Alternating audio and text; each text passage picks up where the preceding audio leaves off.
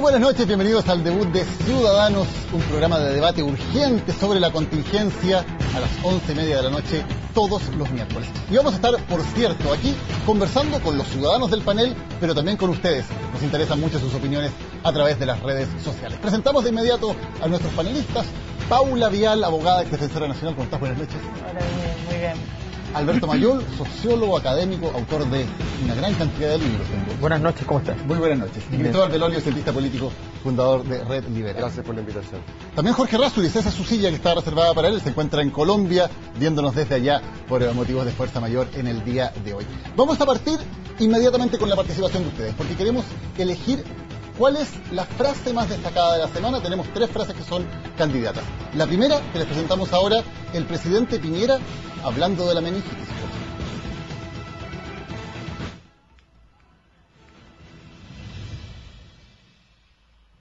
Prácticamente agotamos el stock mundial de vacunas y algo de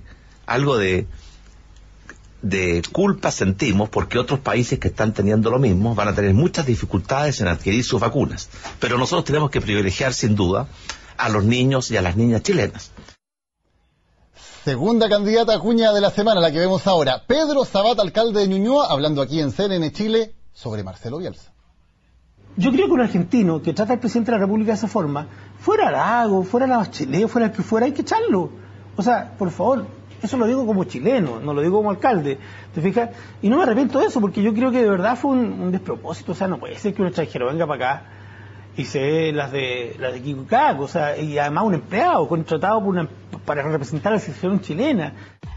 Bueno, al final se fue Bielsa, llegó Claudio Borghi y sabemos cómo terminó hoy la historia. Nuestra tercera candidata a la frase de la semana es de Claudio Borghi, hoy en Suiza. A partir de este momento, después de haber perdido y no haber jugado bien, ya dejo de ser el entrenador nacional, cosa que muy triste. Se acaba una etapa muy linda, la mejor de mi vida. Lo dije, me pidieron que dé un paso al costado, eso significa ser despedido y yo renunciado. Sincero Borghi, reconoce que lo despidieron. A ver, empecemos a votar. ¿Cuál es la frase de la semana, Paula? Sí, ya voté hace rato, la 1, lejos. ¿Sí? ¿Por qué? Porque es una frase súper poco feliz, si tú quieres. O sea, es como de una soberbia y de una... no viene a pito ni de la enfermedad, ni de la solución.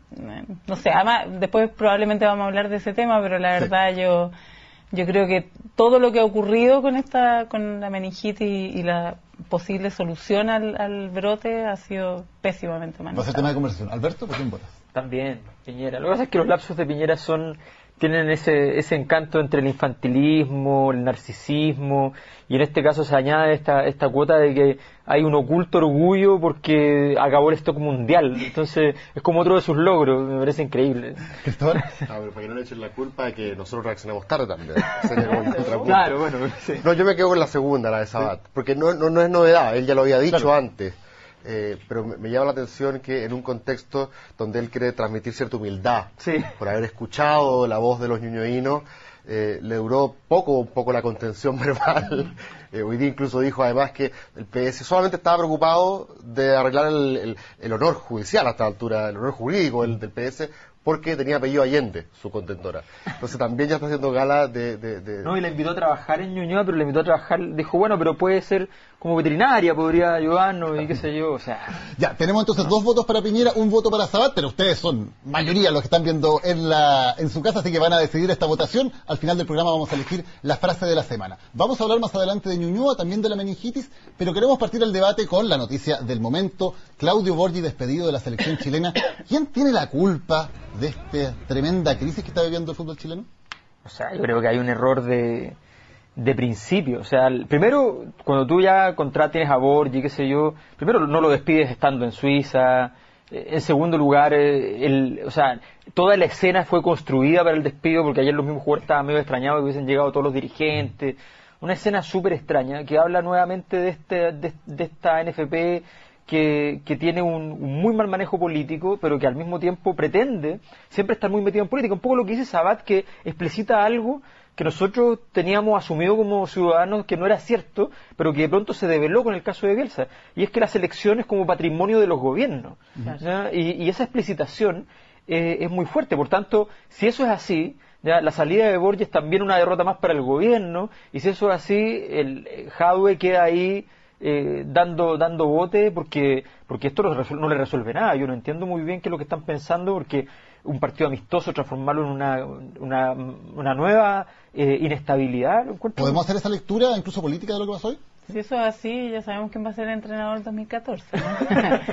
Yo creo que sí, yo creo que hay una pugna de poder político súper importante. El culpable es Jadwe y todo lo que rodea a Jadwe, ¿no es cierto? Pero evidentemente va a tratar de trasladarlo solo a Borges cuando han sido ellos no solo quienes lo eligieron, sino quienes lo han mantenido. Yo no estoy de acuerdo con Alberto en que no debieron hacerlo allá, probablemente no debieron ni llevarlo para allá, ¿no es cierto? Ahora viene un periodo hasta marzo en que no va a haber partido, por lo tanto es un óptimo, si tú quieres, para hacer el cambio, pero evidentemente hacerlo a hábito de un amistoso es desafortunado, como lo ha sido en general el proceso, yo diría. El primer partido que jugamos en la clasificatoria contra Argentina, yo me acuerdo que yo tuiteé y lo conversamos con varias personas más, algo así como, esta va a ser una eliminatoria larga, dolorosa, y que va a estar permanentemente recordando el fantasma de Bielsa, porque como dice Alberto, Bielsa fue el entrenador de la era Bachelet, claro, querámoslo o no, coinciden los tiempos, y Borges es el entrenador de la era Piñera, y en este caso, con una tesis que si bien no ha sido comprobada, y yo no puedo decir que tengo antecedentes, no me voy a poner Bianchi para mostrar de que efectivamente yo sé que Piñera sacó a Bielsa, pero la tesis es verosímil, yo no sé si es verdad, pero es verosímil, en el sentido de que Ruiz Tagle era un empleado de Piñera que no quiso hacerse Colo-Colo, va a Sudáfrica, se le ve cuchicheando, entre comillas conspirando para tener una lista alternativa a la de Mike Nichols, se sabía que si no ganaba Mike Nichols, Bielsa había dicho que se iba, por lo tanto, raya para la suma, uno ahorra todos estos escalones intermedios y dice, bueno, Piñera sacó a Bielsa. Y el problema es que... Y de hecho bajó 10 puntos por eso. Eso es interesante porque entre los cientistas políticos no hay acuerdo si realmente este porcentaje superlativo en comparación a lo que ha tenido el resto del mandato que tuvo el gobierno de Piñera cuando rescató a los mineros, que si no me equivoco llegó a los 60 puntos de aprobación. En la DIMAT a 60 y algo. Hay algunos cientistas políticos que dicen esos 60 puntos eran prestados igual, es decir, era una burbuja que se iba a romper sí o sí. Pero se rompió con lo que es curioso es que pasa lo de Bielsa y baja de sopetón. Entonces, desde el ámbito de las percepciones, yo no estoy diciendo con esto, porque quiero ser responsable, no decir que Piñera, no sé si sacó a Bielsa o no, pero desde el punto de vista de las percepciones, gran parte de la población considera de que estuvo involucrado en él. Ahora, hubo un error objetivo del presidente Piñera, que fue que él no quiso deshacerse de las acciones de Colo-Colo, siendo que muchísima gente le decía que eso le iba a traer problemas, y él era todavía uno de los accionistas de Colo-Colo cuando Colo-Colo fue uno de los clubes que operó para sacar a Mike Nichols. No significa que él haya actuado, pero sí significa que él había cometido un error al no poner distancia. Sí, le sigue dando visos de verosimilitud a la tesis, ese es el problema. O sea, se montó todo un escenario que todas las pruebas parecieran indicar eso. Puede que finalmente Piñera no haya tenido nada que ver, pero todo parece indicar, por los actores como están posicionados, y el hecho de haber sacado a Ruiz Tagle, que era el presidente de Colo-Colo, para ponerlo a cargo de Chile Deportes también, te habla un poco de esa misma torpeza política. Ahora, uno podría decir que ese costo ya lo pagó el presidente, que ya no tiene nada que ver con que saquen a Borges ahora y que esta es otra historia, ¿o no? No, lo sigue pagando. Yo creo que, o sea, este es un gobierno que en ese sentido lo ha manejado tan mal que pasa que Bielsa gana 1-0 en la Champions y baja 2 puntos. O sea, es tan mal manejado, porque aquí hay un problema de fondo que tiene que ver con la incapacidad de este gobierno para entender que parte importante de la política tiene que ver con la ritualidad, no con la ritualidad así solamente simbólica, la ritualidad tiene que ver con el manejo de las energías de la sociedad a partir de ciertos gestos claros.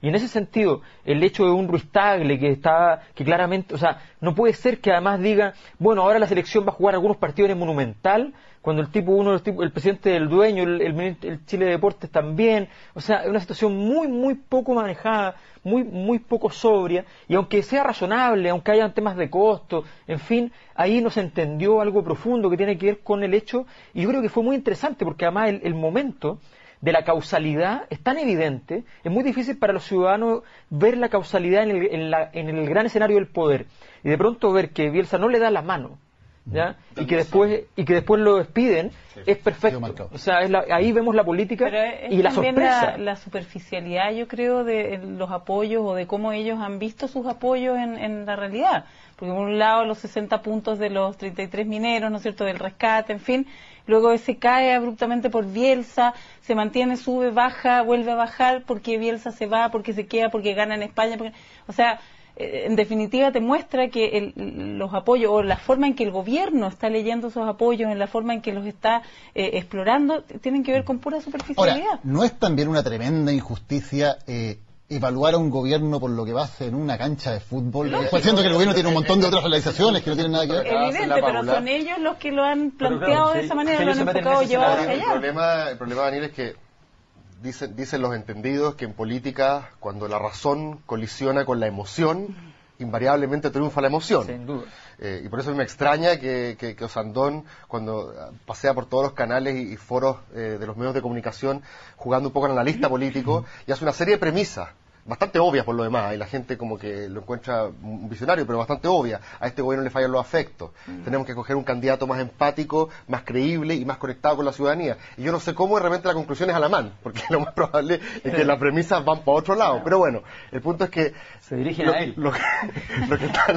El punto que está tocando, y esta ritualidad simbólica también a la cual apunta Alberto, tiene que ver con que este fue un gobierno que minusvaloró, no sé si existirá la palabra o no, pero no tomó en debida consideración ciertos aspectos simbólicos que eran importantes. Uno de ellos tenía que ver con los conflictos de interés, otro de ellos tenía que ver con la diversidad que tú eras capaz de transmitir en tu equipo, y esa serie de cuestiones, en la derecha, la famosa presencia de un relato, que para Piñera en algún minuto fue así algo como esotérico, así como cómo se come, cómo se mide eso.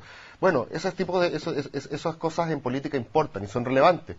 Y hoy día la derecha está recibiendo una buena lección de que tiene que empezar a tomarlas en cuenta. Fragilidades que no supieron sopesar. Yo creo, por ejemplo, el tema del conflicto de interés ha sido una constante que han no han tomado en consideración o han mirado en menos, ¿no es cierto?, en circunstancias que evidentemente generan un impacto, un efecto en ese tipo de conflictos muy puntuales, pero que tienen que ver con todos los negocios o todos los asuntos en los que existe este interés cruzado y que hace que se pierda independencia, se pierda neutralidad, ¿te fijas? Y que los expone a una situación que ellos han considerado minimizado, básicamente, y lo han seguido manteniendo. Pero es que además chocas con tu propio relato, porque cuando tú sacas a Bielsa y vienes con esta idea del gobierno de los mejores, esta visión súper tecnicista, qué sé yo, y tú sabes perfectamente que Bielsa es uno de los mejores técnicos del mundo en términos de su trabajo, su método, qué sé yo, entonces también chocas contigo mismo. O sea, cuando tú apuestas por Borgi, que todos saben que es instintivo,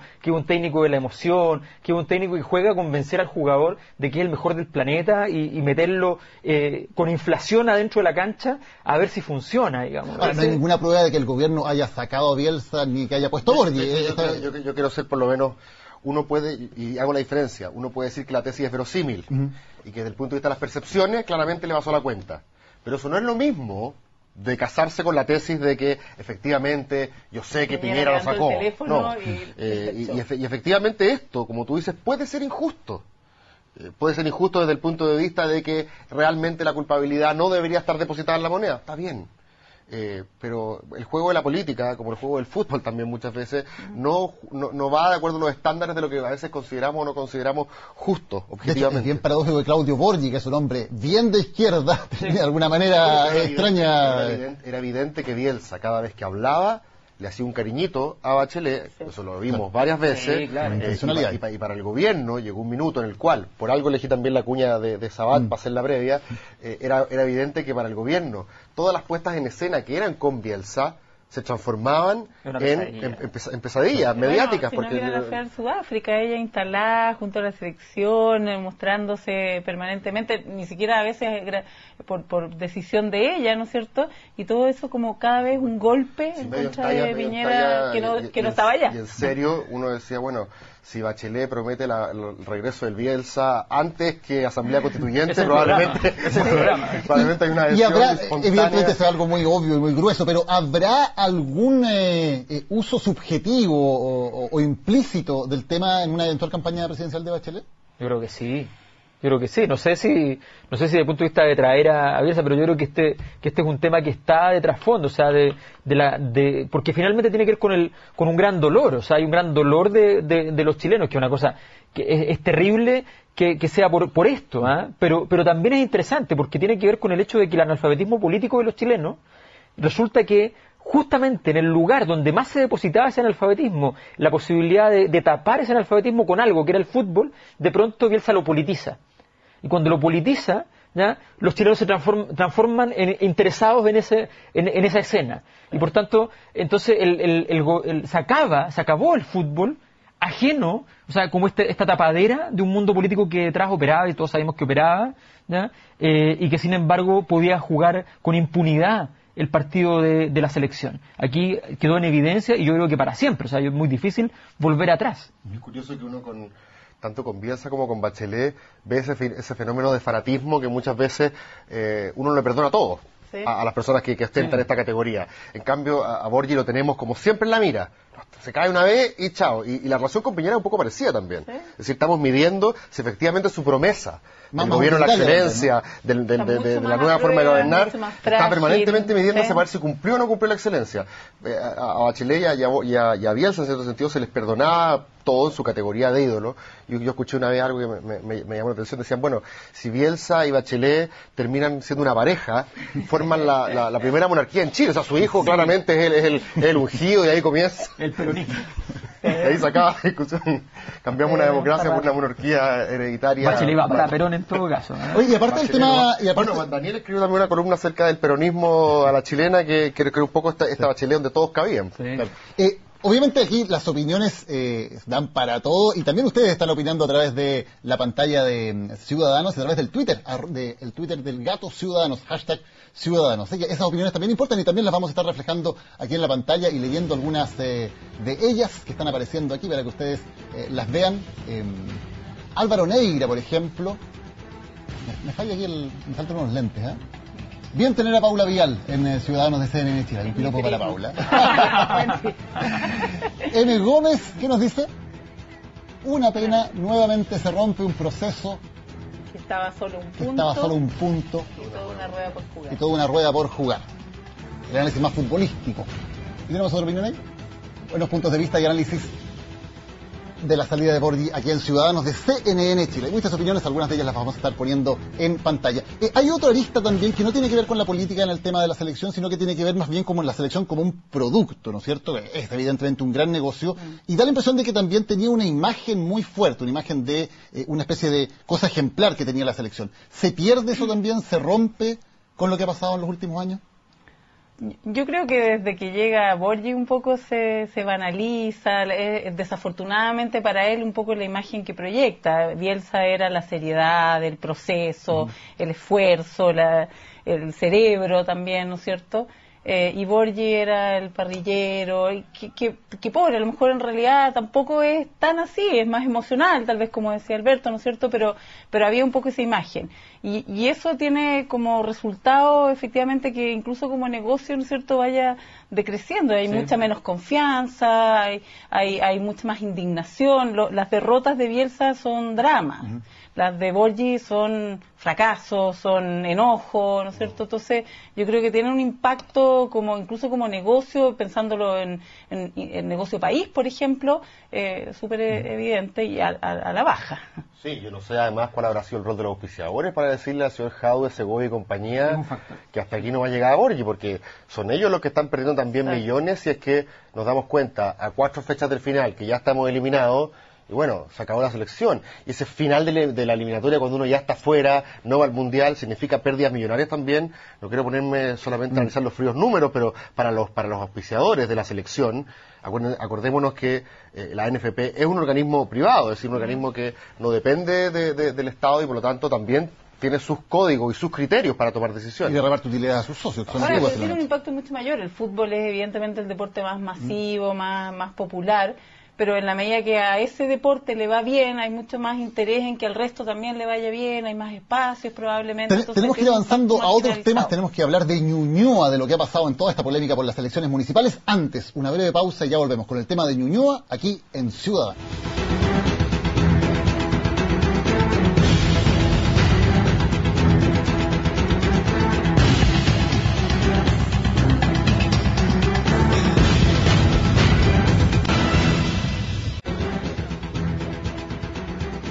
Estamos en Ciudadanos conversando con Paula Vial, Cristóbal Belolio y Alberto Mayor. Jorge Razuri, recuerden, se incorpora la próxima semana a este debate y a este panel de conversación. Ñuñoa, ¿qué pasó en esa elección finalmente? ¿Es un legítimo ganador Pedro Sabat? ¿Hay problemas con el proceso? ¿Cuáles son las opiniones? A mí me parece evidente que hubo problemas en el proceso. O sea, si uno lo revisa, simplemente domingo, Sabat reconoce la derrota cuando tenían todos los antecedentes en la mano. O sea, sabían que había 2 mesas no escrutadas, era algo sabido. Yo estoy al día siguiente, de hecho, con Brunet, con el abogado, en una radio, y él reconoce la derrota. Después por la tarde empieza a aparecer esta hipótesis de que van a hacer algo, lo hacen al día siguiente. Hay un tema de proceso que es muy, muy complicado. Aparece el director de servicio electoral diciendo que tal vez el sistema, el martes, ¿ya? Tal vez el sistema fue muy exigente, ¿ya? Que no solo no le corresponde, está prohibido porque el Tribunal Electoral no tiene nada que ver con el servicio electoral y no tiene que haber confusión alguna respecto a ese Pero más allá proceso. de todo el proceso que puede haber sido muy confuso, al final se contaron los votos y al final Sabat tenía más votos que... No, sí, pero esa mesa era inválida. Efectivamente, esa mesa era inválida. Cuando hay inconsistencias, tú no puedes validar una mesa. Porque una mesa que presenta inconsistencia en el conteo previo, si tiene problemas de firma o en un conteo contaron 95, en otro 74 y en otro 94, ¿ya? O sea, entonces, ¿qué pasó aquí? Digamos que hay un problema. ¿Estás de acuerdo? No, o sea, sí, hay problemas claramente en el procedimiento, pero no estoy de acuerdo con que la mesa necesariamente tenga que ser inválida. O por lo menos, creo que lo que dijo el Tribunal Electoral fue finalmente que había una firma de diferencia. Y la pregunta que nos deberíamos hacer es si por esa firma de diferencia, que pudo haber sido un problema que normalmente en este tipo de procedimientos se dan, cuando es una, si es mayor, cuando eran 20 firmas de diferencia, ahí la cosa estaba mucho más peleada. Después se dio cuenta que habían 94 votos y 95 firmas. Si es una firma de diferencia, efectivamente pudo haber un problema. Omites un punto, que entre medio hay un informe oficial que dice que habían 74 votos. Sí. Es que ese informe en el que tengo entendido que cuando se Claro. abrió la caja se dieron cuenta que estaban los 94. Es decir, alguien que notó mal. En vez de notar un 9, anotó un que 7. empiezas a sumar errores. Yo creo que el problema fue que se hubiera reconocido tan prontamente, incluso por el mismo Sabat, el triunfo de la Maya. Bueno, eso es algo destacable de Sabat. Súper destacable. De hecho, el contraste entre su primera actitud y lo que ocurrió después, en piscinazo incluido, ¿no es cierto? Es como volver a ver al verdadero Sabat en acción.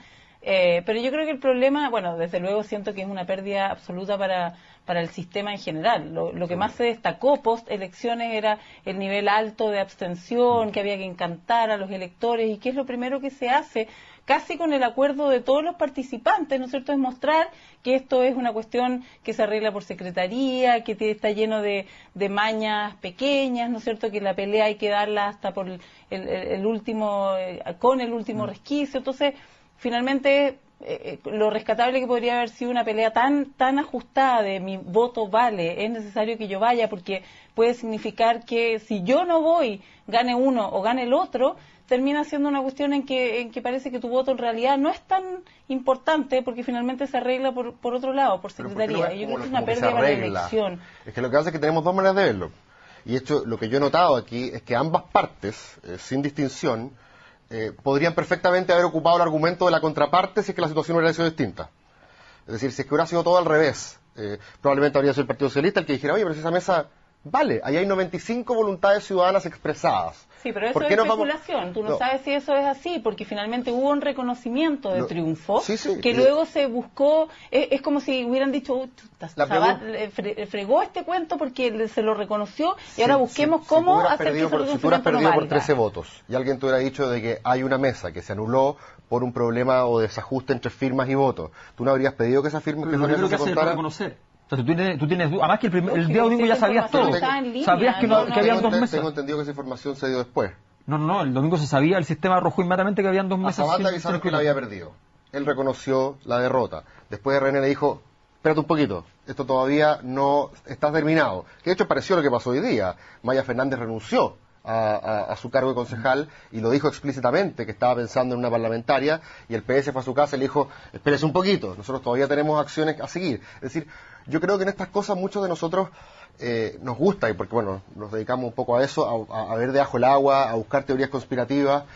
A mí me encantó la de la inmobiliaria de Sabat, la encontré verosímil también, no sé si es verídica, pero verosímil. Pero muchas veces estas cosas pasan con bastante menos boatos y conspiraciones de los que uno realmente cree. O sea, me ha pasado varias veces ver que los diarios titulan una operación aquí para hacer esto, y la operación fue un tipo que salió para afuera, sanguchito palta, y dijo su teoría a la prensa, y después hubo semanas de operaciones. Muchas veces las cosas no son así. Yo prefiero pensar de buena fe que aquí se contaron todos los votos, y Sabat tenía más votos que Maya Fernández. Creo que de parte de ambos hubo una actitud bastante ejemplar en un comienzo. Es curioso que hasta el piscinazo, que a todos nos chocó un poco, él lo decía que lo hacía con mucha humildad. Lo de Maya Fernández es interesante porque hoy día queda posicionada como una especie de símbolo.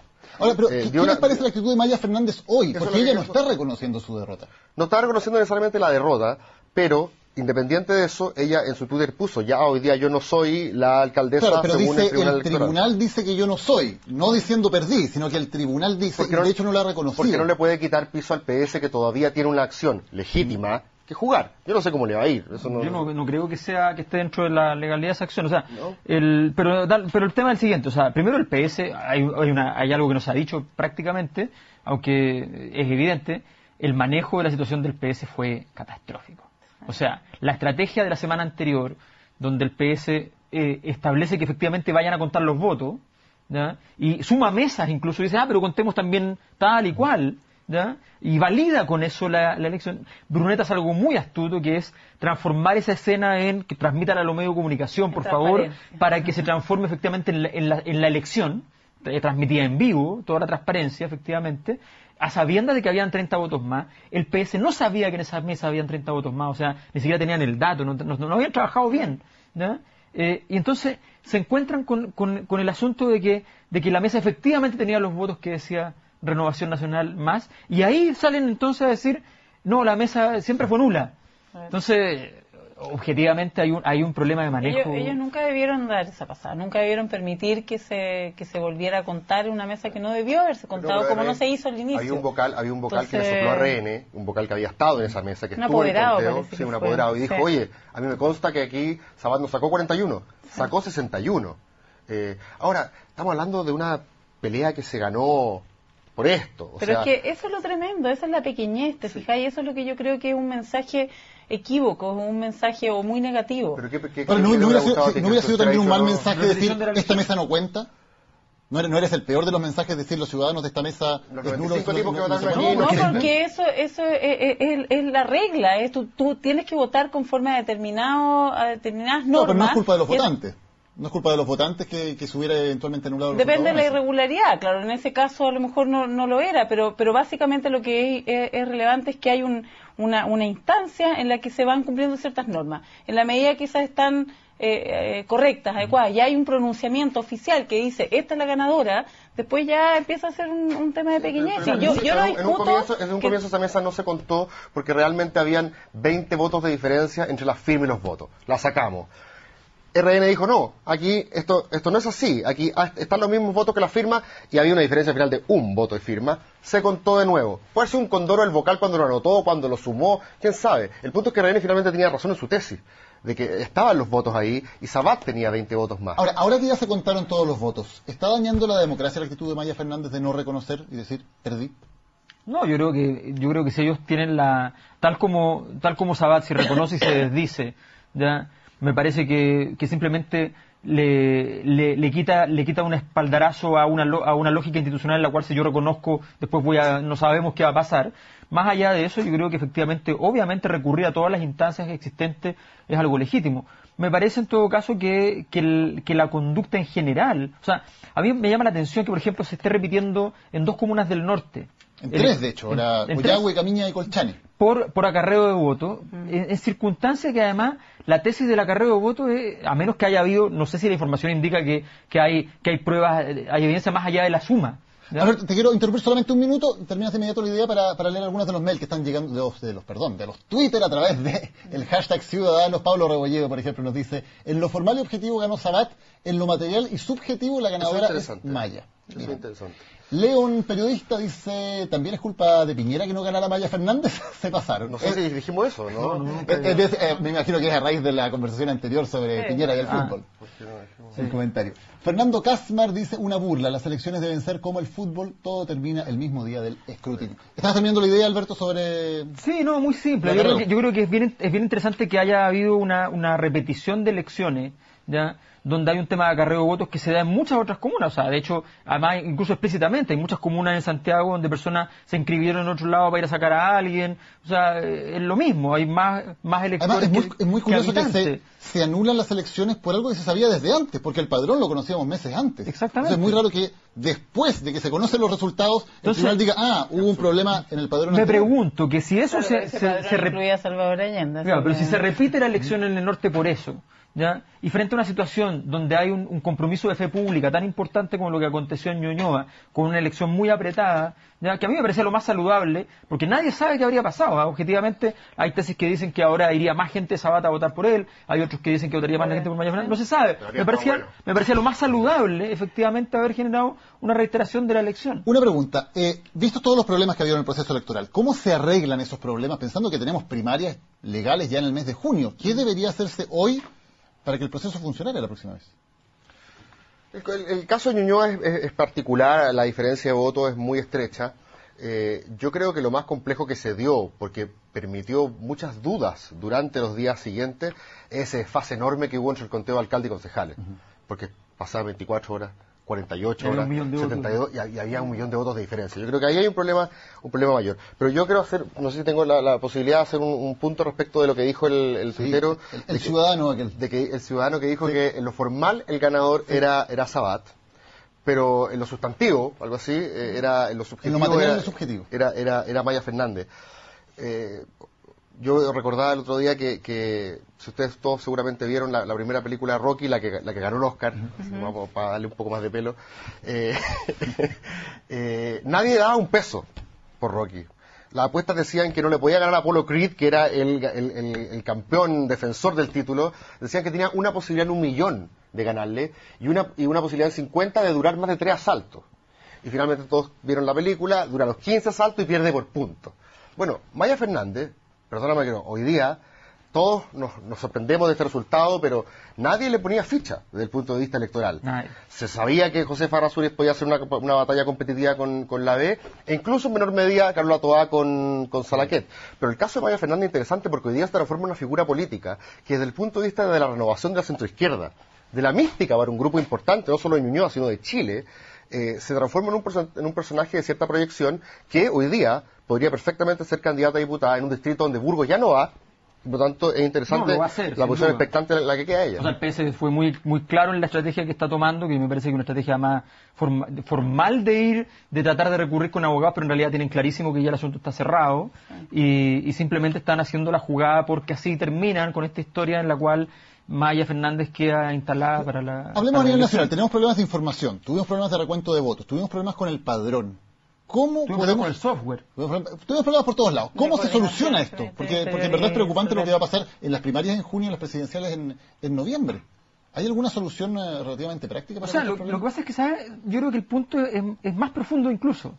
O sea, hemos tenido una serie de fallas, ¿ya? Y la gran pregunta que yo me hago, ¿ya?, y no tengo una respuesta en este sentido, es si acaso lo que está pasando hoy día tiene más que ver con el hecho de que cuando hay crisis de legitimidad, cuando hay pérdida de este contenido mágico que significa el lubricante del poder, que es la legitimidad, ¿ya? Si acaso cuando se pierde eso, todo esto es demasiado notorio, ¿ya? Las cosas se vuelven ásperas y tal vez estos problemas los teníamos, pero nosotros en la fantasía de la institucionalidad perfecta en Chile, de este país perfecto, seguíamos operando en la misma lógica. Yo creo que algo de eso hay, yo creo que mucho de esto ha pasado otras veces y simplemente no lo queríamos ver. Hoy día estamos acostumbrándonos de pronto a visibilizar algunos elementos, algunos errores que yo creo que desde el terremoto en adelante nos aparecieron como lapidarias señales de que quizás esta fantasmagoría de la institucionalidad perfecta que tenemos en Chile versus los países equivalentes no es así. Y yo creo que hemos dado una lección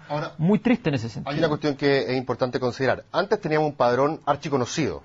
La gente iba, se inscribía, estaba ahí, el CERVEL lo manejaba el señor García se iba a dormir, seguramente con los mamotretos, y estaban ahí y todos sabían quiénes votaban, por quién votaban y quién votaba por quién en cada cuadra. Hoy día no solamente apareció el expresidente Salvador Allende en las nóminas, sino también extranjeros. O sea, perdón, chilenos en el extranjero. O sea, en estricto rigor, si hubieran estado en Chile, como estaban automáticamente inscritos, muchos de ellos podrían haber votado. El asunto es que en otros países se han suscitado problemas tanto mayores que esto en elecciones presidenciales. Recordemos el caso de Al Gore con George W. Bush en el 2000, cuando se pide un recuento especial porque Al Gore había ganado en votos populares, pero había perdido en electores. En el 2006, Andrés Manuel López Obrador en México pierde una elección, acusa fraude a Felipe Calderón, llama también a un reconteo, finalmente no reconoce, a diferencia de Al Gore, que en un minuto dice dejémoslo hasta aquí nomás porque estoy dañando la democracia. Después que pierde la Corte Suprema. Y en cambio AMLO, López Obrador, un poco se entusiasma con la idea de desconocer el resultado. Varias organizaciones sociales lo nombraron presidente legítimo de México. Y él acampó en el Zócalo, yo de hecho fui al Zócalo, y tenía una especie de gobierno paralelo, mientras ya estaba gobernando Calderón. Y él terminó un poco mal parado. De hecho, AMLO en la última elección presidencial salió tercero. Ahora, por eso es grave precisamente que ocurran este tipo de problemas en el sistema electoral. Pero por eso no estamos, también un poco para ponerlo en perspectiva, tal como lo dice Alberto, esta no es la democracia perfecta donde ninguna de las desprolijidades ocurre, pero tampoco es que porque pasó esto, esta cuestión hay que tirar a la basura y no funciona, porque hay otros lugares en los cuales se han visto asuntos aún más espinudos. Que se han visibilizado muchos los problemas que han existido y por lo tanto hay una oportunidad de corregirlos, ¿no es cierto? Hubo como una primera puesta una prueba, ¿no es cierto?, de cómo funcionaba ahora con este voto voluntario pero inscripción automática.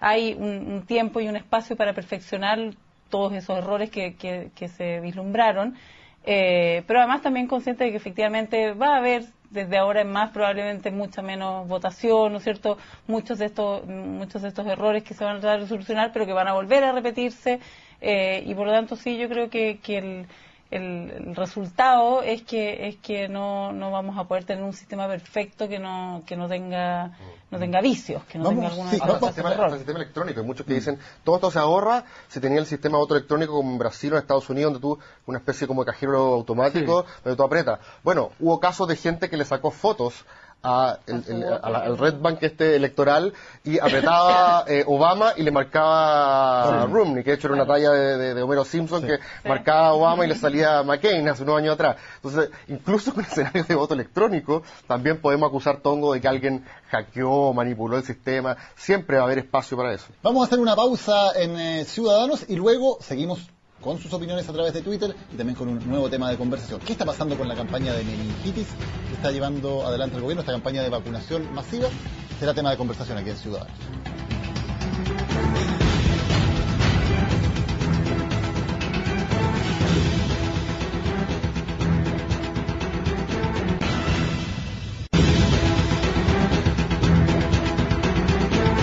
Estamos de vuelta aquí en Ciudadanos. Les recordamos que sus opiniones son muy importantes para este programa. Ustedes también hacen Ciudadanos desde sus opiniones en las redes sociales. Además que pueden votar por la frase más destacada de la semana. Tenemos 3 candidatas que les presentamos al inicio del programa. Vamos a hablar del tema de la campaña de vacunación de la meningitis, porque lo cierto es que el gobierno ha decidido emprender este esfuerzo con un alto costo para vacunar a toda la población, los niños menores de 5 años, contra la meningitis, pero ha habido una serie de problemas en el proceso, sobre todo en términos de información, de gente que llegó en grandes cantidades hasta los consultorios. ¿Qué lecciones podemos extraer de lo que ha pasado con la vacunación de la meningitis?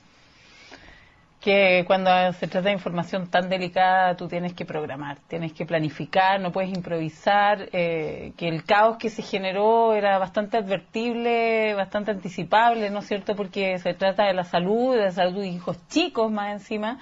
Entonces, una enfermedad muy muy grave, que en el inconsciente colectivo es una enfermedad tremenda, ¿te fijas?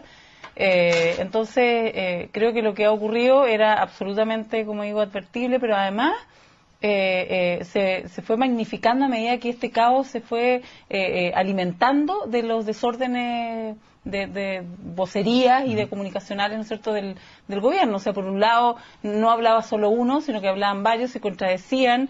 Muchas de las acciones, yo de verdad tengo mis dudas de si esta campaña que se va a emprender ahora y en donde se va a vacunar a todos los niños era realmente necesario o no. Si este es un gasto que es millonario, efectivamente, que era imprescindible, o si no es la reacción al caos que se generó, a la incerteza, a la incertidumbre, al temor de que efectivamente pudiera haber una nueva cepa o un brote que pudiera alcanzar a todos los niños y que por lo tanto fuera necesario vacunarlos a todos en este tramo. Perdón, y lo último es que además tampoco quedó claro nunca en lo comunicacional si efectivamente era el único grupo etario en el que era de alguna manera necesario. Entonces todas las mamás o papás de los niños de más de 4 años empezaron a decir, bueno, pero ¿por qué mi hijo que tiene 4 años y 5 meses? Hasta 4 años, 11 meses. O bueno, ya, ok, 5 años y 3 meses, ¿no es cierto? No lo voy a vacunar también, ¿te fijas? Entonces nunca ha habido información de calidad, una única vocería, una información que no se contradiga, que además justifique las decisiones adoptadas. Yo creo que ha sido bastante caótico y la cosa es natural. Nuevamente los procesos de información son procesos que no son solamente mecánica, tienen también mucho de ritualidad. O sea, tú tienes que, si tú hubieses tomado a varios de los expertos del país, van a una reunión en La Moneda porque el gobierno está preocupado por el tema de las meningitis, llegan a la conclusión de que efectivamente hay que tomar una decisión importante y de que por tanto hay que gastar una reforma tributaria, ¿ya?, en comprar vacunas, que no es menor, ¿ya? Y entonces se va a gastar esa cantidad de plata y se toma la decisión y se analiza la situación y se dice sí, efectivamente, porque aquí no es verdad esta idea de que por prevenir todo vale. No, eso no es verdad, porque si no todos los gobiernos estarían gastando una cantidad de plata infinita en prevenciones de situaciones no necesariamente también tan digo importantes. que aquí se está reaccionando a una situación de emergencia, o sea, el gobierno está actuando de urgencia ante una situación que se desencadena, no hubo tanto tiempo para pero hay un factor que es importante. Porque esta vacunación sirve para el próximo año, información que tampoco ha sido y además tan, hay un tan factor clara, que es importante, porque ¿qué es lo que pasa? Que lo que pasó ahora es que nos encontramos con información que es contradictoria, aunque el gobierno tenga razón. O sea, nos pasa que nos dicen, los casos, hay tantos casos de meningitis, después entrevistan al médico que está atendiendo y dice, no tenemos claro, incluso me acuerdo de haber escuchado a un médico que dice, lo único que tengo claro es que no es meningitis.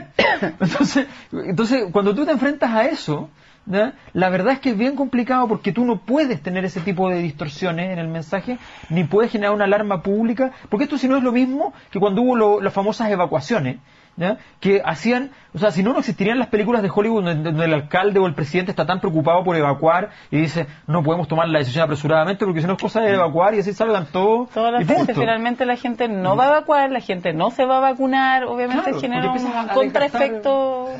Nos quedan poquitos minutos, te quería preguntar por otro tema, ¿qué es lo que ha pasado con la CIA, con esta renuncia del director de la CIA que ha abierto la discusión en los límites entre lo público y lo privado? ¿Qué lección podemos sacar de lo que está pasando allá? Sí, yo tengo la impresión de que en Chile, en general, tanto la clase política en forma media corporativa, como también los medios de comunicación se cuidan de no traspasar ese límite. Es decir, hay cosas con las cuales podemos trapear, pero con ciertos aspectos de tu vida privada, ciertos. Generalmente los que tienen que ver con aspectos, llamémoslo, afectivos sexuales. Porque con otros aspectos también son bien sanguchito palta, pero especialmente con ese. No nos metemos mucho. Y todos lo saben, pero no importa. Pero hay una especie como de manto de que ahí no nos metemos y no le pasamos tanto la cuenta por hacerlo. Ahora, es interesante lo que pasa cuando uno trata de vender también una imagen de cierta corrección o moralidad. Y cuando después te pillan que no es así. Es más la inconsistencia la que se paga.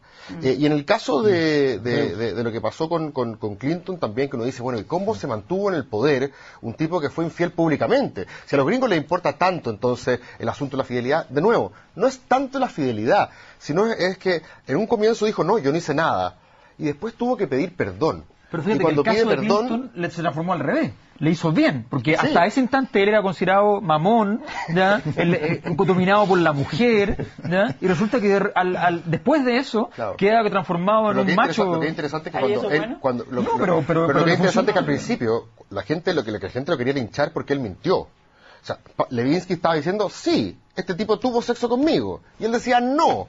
Y eso, cuando el tipo desconoce, a pesar de que los caballeros no tienen memoria, supuestamente, cuando el tipo desconoce, hay una fibra moral que como autoridad es delicada que te la toquen, que es la de la credibilidad. ¿Quién iba a imaginar que iba a guardar el vestido? Ahora, Pero entonces cuando pide perdón y con las manitos como entre medio de las piernas diciendo en el discúlpenme, afercia no es probablemente lo más importante este aspecto moral, ¿no es cierto?, sino cómo se relaciona con la seguridad. Por eso y digo que hay otros valores en juego. la vulnerabilidad que se genera a partir del hecho de tener un amante a quien tú obviamente le vas a entregar información y que puede ser un espacio de filtración. Era su biógrafo. Donde además ahora aparece, ¿no es cierto?, pruebas de que efectivamente existía esa vulnerabilidad, porque hablan de un discurso en el que ella entregó información súper estratégica que no hay otra fuente al parecer posible que... ¿Y qué pasaría poniendo el mismo escenario en Chile, de que alguna autoridad que manejara información de inteligencia, alguna autoridad policial importante se descubriera que tiene un amante? ¿Sería un tema de discusión pública? ¿Sería un tema que le podría costar el cargo o no? La amante del fiscal Peña sería portada de Clinic más que probablemente. Pero ahí nuevamente ahí sí hay otros factores, claro, pero... No, pero por el gusto de la amante. A ver, han habido casos bullados, no voy a mentir aquí, en los cuales generalmente lo que hacen la prensa y los medios, y los propios políticos, independiente del signo que sean, yo no sé si es por una especie de solidaridad de género o por tejado de vidrio, porque oye, si yo te echo el agua a ti, pasado mañana me toca a mí, o a mi compañero, a mi vecino.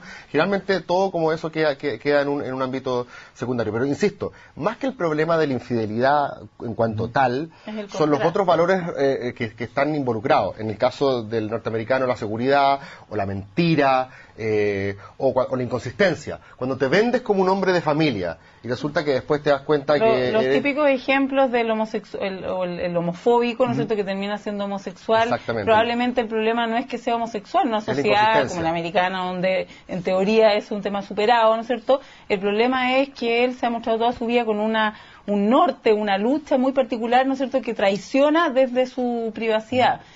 Entonces, esa inconsistencia, esa contradicción, yo creo que es la que se muestra más tremenda, ¿no es cierto?, que genera el conflicto, la crisis. Nos quedan muy poquitos minutos, tal vez alcanzamos a hablar algo sobre la carrera presidencial, ya desatada, que va a ser tema de conversación en los próximos miércoles. Alamán y Goldberg, ¿cómo se han manejado en estos primeros días de campaña? Yo creo que lo que Alamán está haciendo es un poco desbachetelizar a Goldberg pidiéndole que se definan algo. Porque hasta el momento Goldberg ha ocupado un poco la estrategia Bachelet, es decir, hablando poco y tratando de no decir nada para no sacrificar algunos apoyos.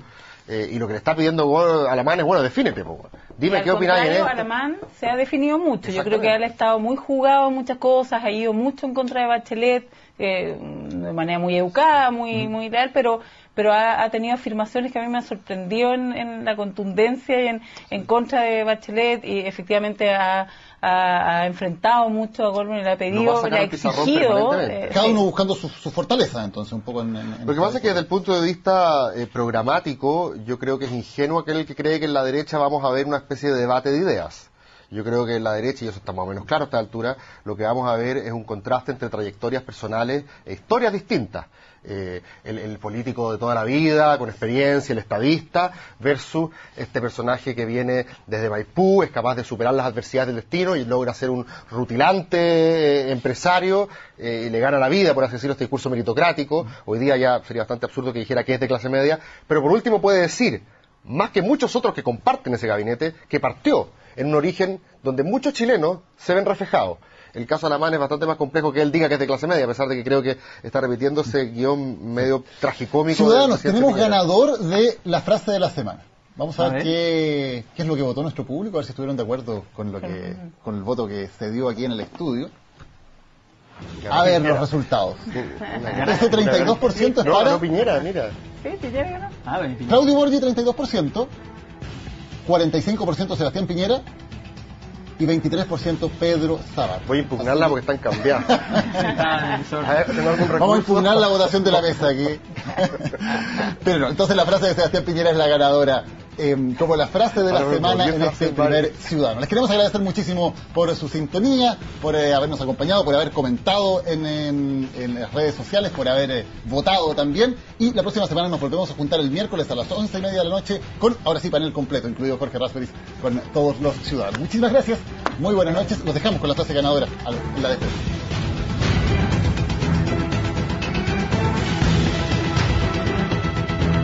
Prácticamente agotamos el stock mundial de vacunas y algo de de culpa sentimos porque otros países que están teniendo lo mismo van a tener muchas dificultades en adquirir sus vacunas. Pero nosotros tenemos que privilegiar sin duda a los niños y a las niñas chilenas.